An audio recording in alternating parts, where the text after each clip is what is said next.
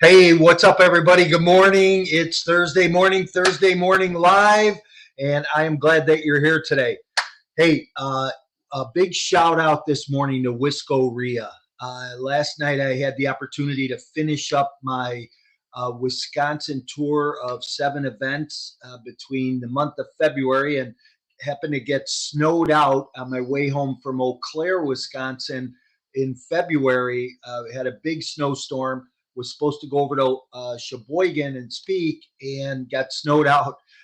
So last night I went back up to Sheboygan, had the opportunity to speak at a Wisco RIA event. Great group of people. Big shout out to that whole organization. One thing I can say is you guys have really built an excellent machine for your marketing, for bringing people to educational events, for giving them opportunity to grow. And there's a lot that could be learned from the way that that organization has built uh, a group that has pulled together, worked together from all over the state. So if anybody's ever interested in that, reach out to me and I'll get you connected with Chris Hake, who really kind of runs that thing and gives you will help give you some information if you're looking to build that type of an organization. But great networking, great time together, excellent training and coaching, not just at their monthly events, but throughout the month through different events. They do lunch and learns, they play cash flow, and they have weekend events where they bring people in to train on particular topics, all in the real estate investing space. Well, welcome this morning. Let me ask you, are you intentional about your day? Are you being intentional about your week? Are you on track, off track? What do you need to look at? What do you need to work on? Hey, I'm glad that you're here this morning. This is Thursday Morning Live. If you're new to the show and you're on YouTube, please go and subscribe. And we're here every Thursday morning. Bring an entrepreneur. Really, we talk about leadership. We talk about being an entrepreneur, whether you're in the real estate space or not. I have a great guest on this morning that I'm excited about. You know, normally I like to have somebody on from the Chicago market, somebody that can bring some value to the Chicago area. But I got on the phone a couple of weeks ago with Zaid, and I was just really impressed. Zaid Bender from Boston, Massachusetts. He is the CEO and founder of American Dental Group and Bender's Capital, and they are capital investors in the multifamily space. So let me bring Zaid in this morning. Good morning. Hey, good morning. How are you today? Good. How you doing? Good, good. I'm grateful that you're here today. Thanks for Thanks. Same here. Thanks for having me. yeah, taking some time this morning. You don't have any patients that are wondering where you are, do you? Well, that a few years ago you would have been, but now it's a little bit different because I stopped doing clinical work as much. But no, we have like a full team to do the work for us. Yeah, yeah, that's awesome. We'll dig into that in a minute. But hey, you know what I want to know is what's the weather like on the East Coast today? Well, it's pretty cold actually, but it's still for you guys. I mean, you guys is pretty much the same, probably like Chicago, Detroit, but for like people in the South, it's cold for them. For us, it's like nice. I think it's 50, 48 or something. Yeah, yeah. You know, it seems like spring is having a hard time poking its head out this year. You know. Yeah, yeah, yeah. I mean, eventually it's gonna be nice, but we it's a good time for good time of the year so we can work more. So we get to enjoy summer more. Well, here's what I know: Boston and that East Coast area is great in the summertime, just like Chicago is. So. Yeah, exactly, exactly. Hey, so you know, Zaid, one question I always like to ask my guests when I start all my podcasts, and that is, in one word, what best describes you personally and professionally? Progress. Progress. Oh, interesting. Um, what? Why do you say progress? Where's that come from for you? Well, if we talk about life and in general, I mean, life is all about progress. I mean, if you look at life in a different way, many things are going down the drain. So, age, right? many time things like you cannot just control, and in order to get it the right way, there's since you cannot control these things, in my opinion, I think the best way to progress in other things that you can control. So it gives you good feeling of rewarding, and this is basically the meaning of life. You have to get progress in a good progress, meaning getting value to other people, and make life easier for as much as people as you can. And if you can have better life after you leave this life than for some other people, that's a great message, I think, to have. Yeah, awesome. I heard somebody say a long time ago about progress. They say that if you improve personally 1% every day, that by the end of the year, you've improved about 365%, right? And it's the same thing. I teach people in my coaching. I say, we don't grow professionally unless we grow personally. And really, I love the word progress because I think that's where it all starts, right? And boils down to is personal progress. How do we grow personally so that we can grow professionally? That's a great word, though. Absolutely. Actually, I did design a T-shirt, put a progress on it, just progress, and a couple of dots right next to it. That's it. Um, But I love it. It's my favorite. that's cool. Are you selling those? No, no, actually, just for myself. So I have like some T-shirts that like never give up or things. I don't really need it for myself, but I like to have people to give like good positive vibes wherever we go. Yeah. Yeah. I may have to steal that idea. That's a good idea.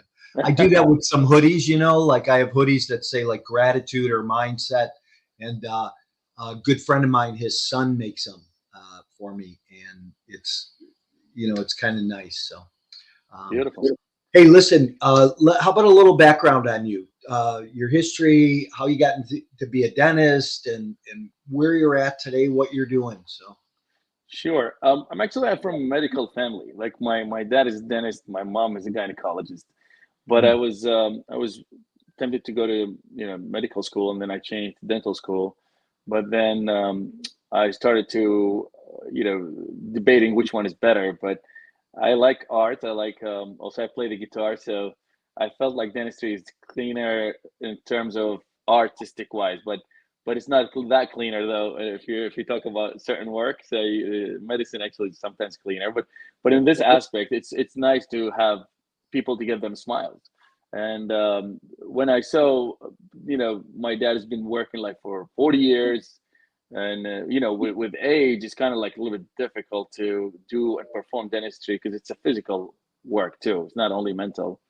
And I realized like we should open multiple offices to get people to work there, and then we can grow as long as you keep the service at the highest level possible, and the quality of service is good, and you can monitor them. So you multiply yourself instead of doing it yourself. You could have like now between specialists and general dentists, we have around 18 doctors working with us. So we can multiply ourselves and service more patients at the highest quality possible of dentistry. That's so the medical, dental wise.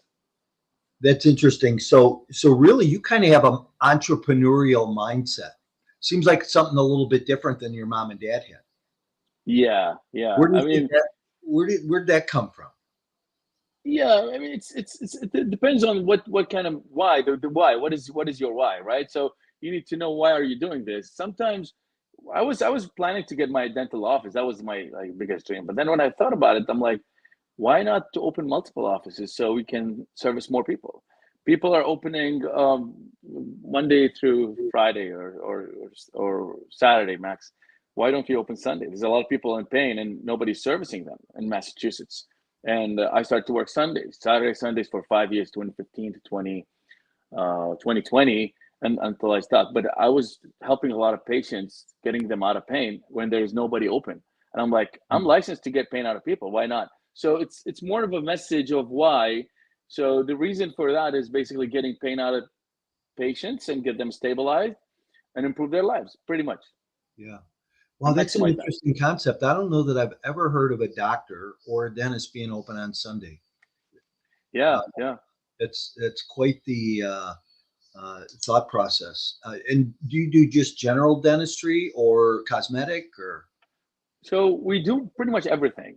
We do general dentistry, we do root canals, all the emergencies, we do implants, surgeries. and even Invisalign. So we try to take care of the patient, but we always have a concept of, if the competitor dentist across the street is going to if you know that they're going to do a better job than us in the certain aspect, we don't mind referring this patient out as long as we give the best to this patient. So all the dentists, all the doctors, I interview them myself, and I want to make sure that they have the concept of not putting money number one goal. Because I always say, if your number one goal is money, this is the wrong place for you. Yeah. We want to make sure that we have the right mindset, and quality of care is the most important thing. So if you treat your significant other, your mom, however you're going to treat your mom, if she was on the chair, I want to treat that patient, regardless of the patient is angry or not angry. This is gets you out of the gray area easily, but at the same time, money is important, so we can buy good supplies, we can pay people well, they can stay smiling in the front, we can have good services, instruments, all these things, but shouldn't be number one goal. So now people, they get excited because patients feel it, but also we feel good when we sleep at night because we have the right concept. Here's what's interesting is you're obviously have some leadership skills, because if you have 5 offices, I'm sure you've got dentists working for you, you have staff working for you, you have hygienists working for you. You're leading a good organization, a good team of people. Where do you think those leadership skills came from? Well, sometimes when you're in a sinking ship and there's nobody taking the lead, you got to take the lead. If you know, somebody has to do something, right? How'd we get to a So, sinking ship, though? well, we are in a sinking ship in terms of dental world, because I see like unfortunately, a lot of aspects that are not supposed to be this way. Meaning, I know, I get it. It's a business in the end of the day, but still, it's not like real estate. I do real estate. If there's a scratch on the wall, the tenant is not going to have pain. But if we have an open margin in the crown, then the patient might actually experience a lot of pain, and we are responsible for it. So when I look at dentists, I need to make sure that we improve that industry by having the right mindset for dentists. You could do a great filling, but you have bad interpersonal skills. So what is the point? Like you could get the nice quality, but you don't even know how to smile to your patient. So there's many different things that we look and we try to improve. So all these patients, we see around 30,000 visits a year collectively, but that's going to have an impact. If we stay open for 10 years, right, that's 300,000 visits. So it's not a joke. And if we do it for 30 years, that's 1 million visits. So there's definitely an impact to the community. And also we want to make sure that other dentists, they get inspired by what we do. That way we can improve all the healthcare aspect from dental standpoint. Yeah.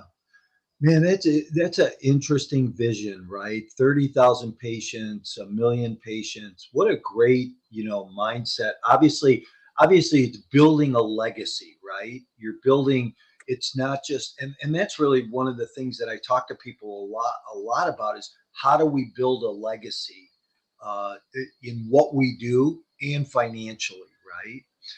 And it sounds like you're doing that, which is awesome. But this isn't all you do. You're not just a dentist. You at some point decided, hey, there's got to be another way. There's got to be other ways to bless people and make income and passively. Talk about that side of your business. Cool. So for us as entrepreneurs, we have to improve life. Basically, we have to have progress. That's why we go back to the same point. So we have to get some value added to other people's lives.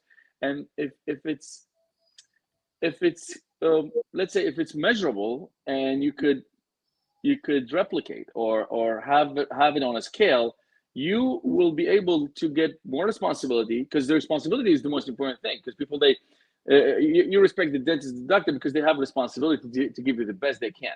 Now, same thing in real estate. I saw like the multifamily. I was trying to study what kind of real estate is the best, but apparently multifamily for me is the best.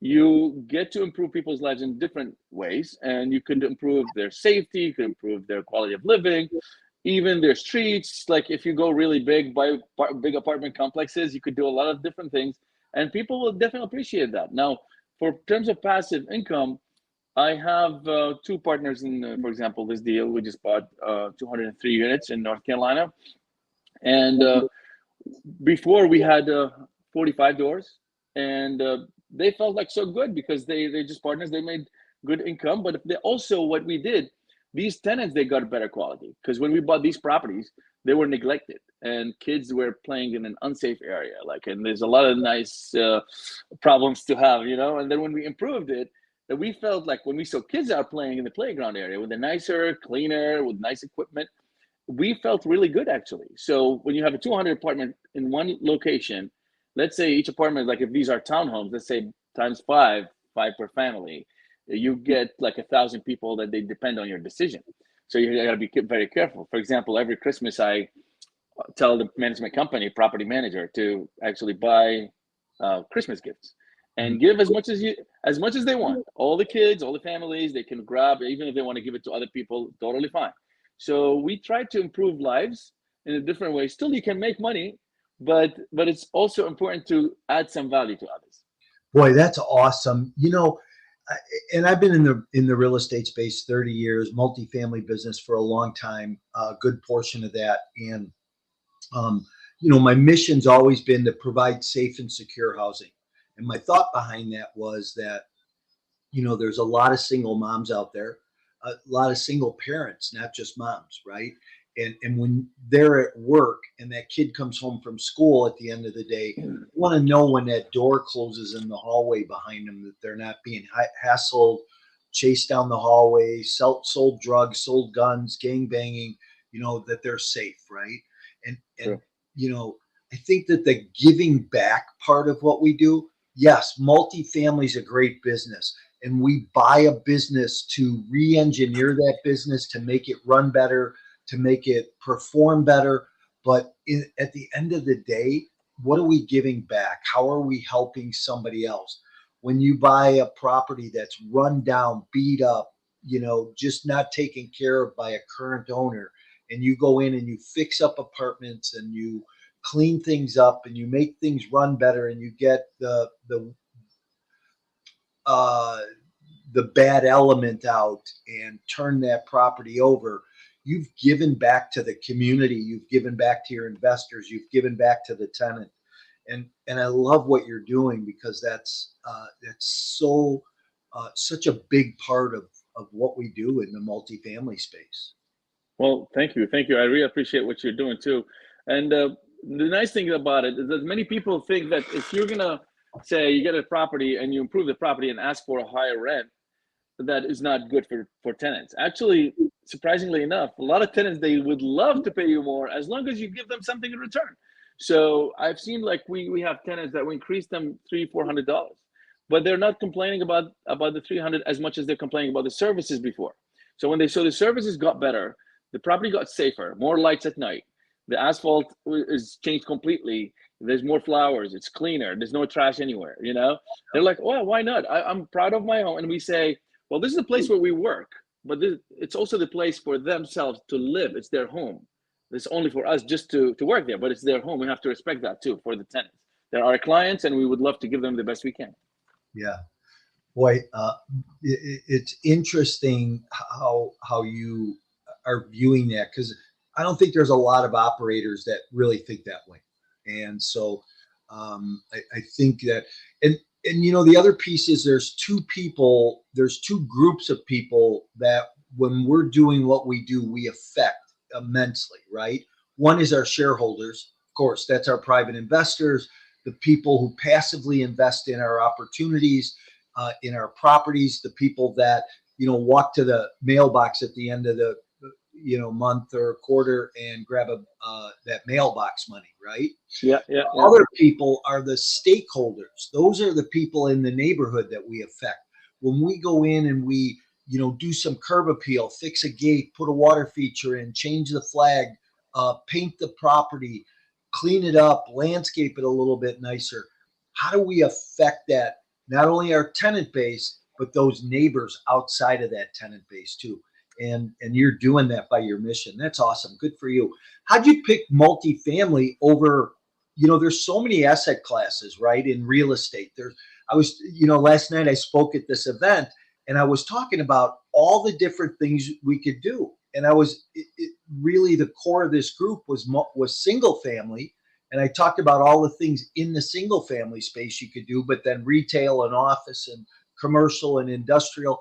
But inside the multifamily bucket, there's a whole bunch of opportunity. You got senior housing, student, medical, market rate rent, tax deals. How'd you pick multifamily? Well, that's a great question because I try to understand what is the sweet spot for me. Some Mm, other aspects of real estate or other spaces could be great opportunity for somebody else, but it depends on what do you want to do, what are your values, what's your message and vision. I saw all the aspects, and it seems like the multifamily, first of all, is very interactive.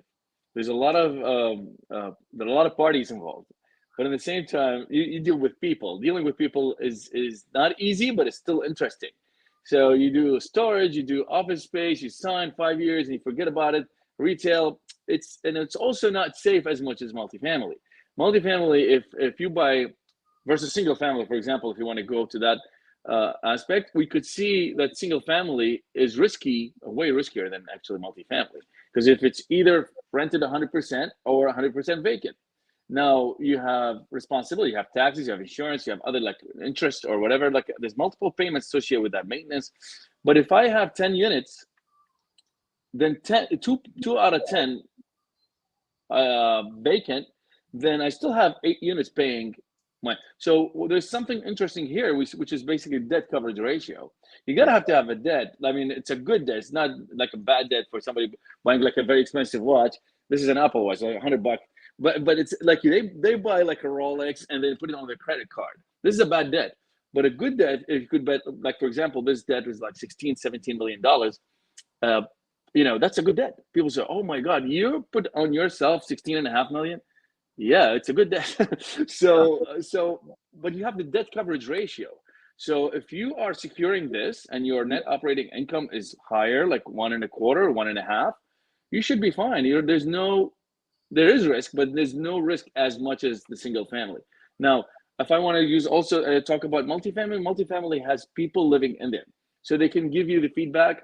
These tenants, there's if you have like I say 1,000 tenants, at some point you had 4,000 apartments you mentioned last time. So this is a big responsibility, but at the same time, it's so easy when you go tour your property and talk to your tenants without the property manager, and they will give you the feedback easily, like, hey, the yeah. maintenance is taking too long, right? Or there is something happened yesterday, and you can get, it's an interactive process. Plus you get to use the system the right way. That way you can actually put your money, improve it, do your best, and then tenants will give you back. It's just like flowers. It's an investment, basically investment. The word investment is just like, you plant something, you wait for it, give efforts and stuff, and then you get the benefit out of it.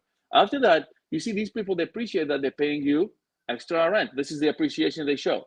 Other than the 5-star reviews on Google, which is Yeah, kind of right. hard sometimes to get. But even though after that, you go to the bank and say, well, how much do you think my property is worth?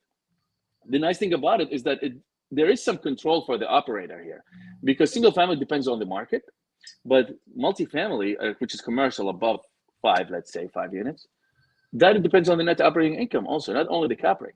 So the net operating income, if I increase it, reduce expenses, increase the income, I go back to the bank number two, they're going to say, well, your property is worth time and a half now. Okay, how much would you give me? They're going to give you another 70, 75%. You pay bank number one, your property is yours, you own the property for free, and you got all your money back. You give it back to the investors, and you can leave it forever. So it's interesting. It's very interesting. I love it, actually. I love it. Yeah. Boy, that's awesome. There's a lot there. So, hey, I want people to understand that real estate's a great place to be, especially today in today's economy, today's market, right? I always tell people, I say, hey, look, if you can position yourself in front of the next bull run, because there's going to be another one, right? But if you can position yourself in front of that next bull run and you catch it anywhere coming down and coming up, you're going to create wealth for yourself and for the people around you. True. And that's what this is about, right? Because this is a time in history when wealth gets redistributed. Look at the trends, look at the cycles before this one, and watch the people that recreated wealth, recreated things. So hey, if somebody is a passive investor and they just want to be involved at that level, they can reach out to you, talk to you about some of what you're doing. Um, if somebody wants to be an active investor, you know, get the skills, get the fundamentals, learn the mechanics behind the business, because those mechanics don't always come easy, do they? Yeah, sometimes. Yeah, sometimes you learn the hard way. Yeah. But yeah, you got to be careful. So the more knowledge, actually, I think knowledge in this game is the most important thing, and the more knowledge we acquire is better. However, great deal of knowledge without practical experience is also not as good as with experience. Yeah. Yeah. Well, here's what I always say. I love my dentist. I hate the root canals, but he's a good guy. So you Okay, cool. you seem to have that same perspective. Hey, as we wind down here this morning, I always like to ask three bonus questions. What's the best book you ever read? The best book is The Power of One More Oh, of Ed Milet. It's really beautiful. But if I want to add to it, also Principles by Ray Dalio is also good. both It's great. actually great. Yeah. Yeah, both great books. Best restaurant you've ever eaten in? Best restaurant, I gotta tell you, it's called. Um, well, I don't know if you know it here. It's in Dubai, actually. It's not in here. Oh, It's in Dubai. Yeah, yeah. okay. It's a lounge. It's called February 30th. Really? What an Yeah, interesting name. What yeah. what kind of restaurant? It's a Lebanese restaurant. It's like Okay. a lounge by the man-made island, the Palm Yeah. in Yeah. Dubai. It's actually in there. Yeah. Wow. Interesting. February 30th. Yes, yes. Yeah. What a great name. And then best tourist attraction you've ever seen? Well, that's a very good question. I think it's Dubai, but yeah, I think it's Dubai. Dubai has everything, but there are other places that I love, but Dubai, I would say number one. Yeah. Wow, cool. I Um, used to I used to do real estate back in the days, 15 years ago in Abu Dhabi and Dubai. I used to sell real estate. Yeah. oh, did you? So that's where you're from then? Yeah, half and half. I'm originally from Iraq, but I was raised there, so kind of like interesting. Yeah. Well, cool. Well, that's a story for another day, huh? How do people get a hold of you if they need a little dental work or they want to talk about real estate investing with you? Well, thank you. I you can like anybody can reach me out on LinkedIn, which is Zaid Bender, Zaid. Last name is Bender, Bender, and on Instagram it's Dr. Bender, but Doctor is not Dr. It's DoctorBender. Yeah.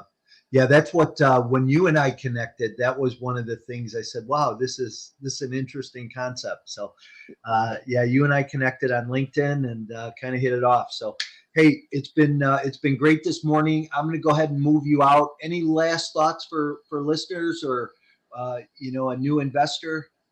Absolutely. Number one, don't get scared. Number two, Mike, we always learn from Mike. He has great experience, so we're learning from him.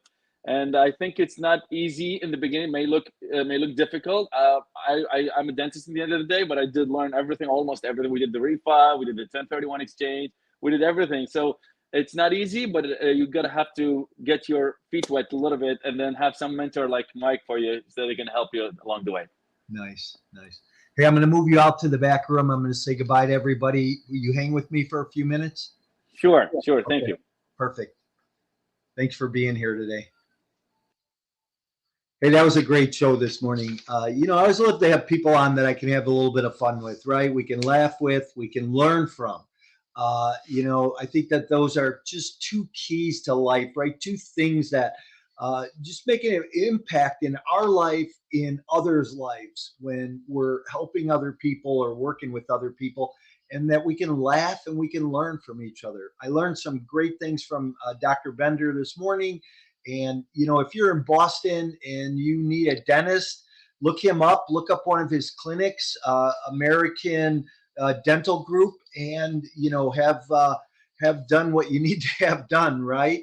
If you're an investor and you're on the East Coast and just kind of felt like you connected with him, reach out to him.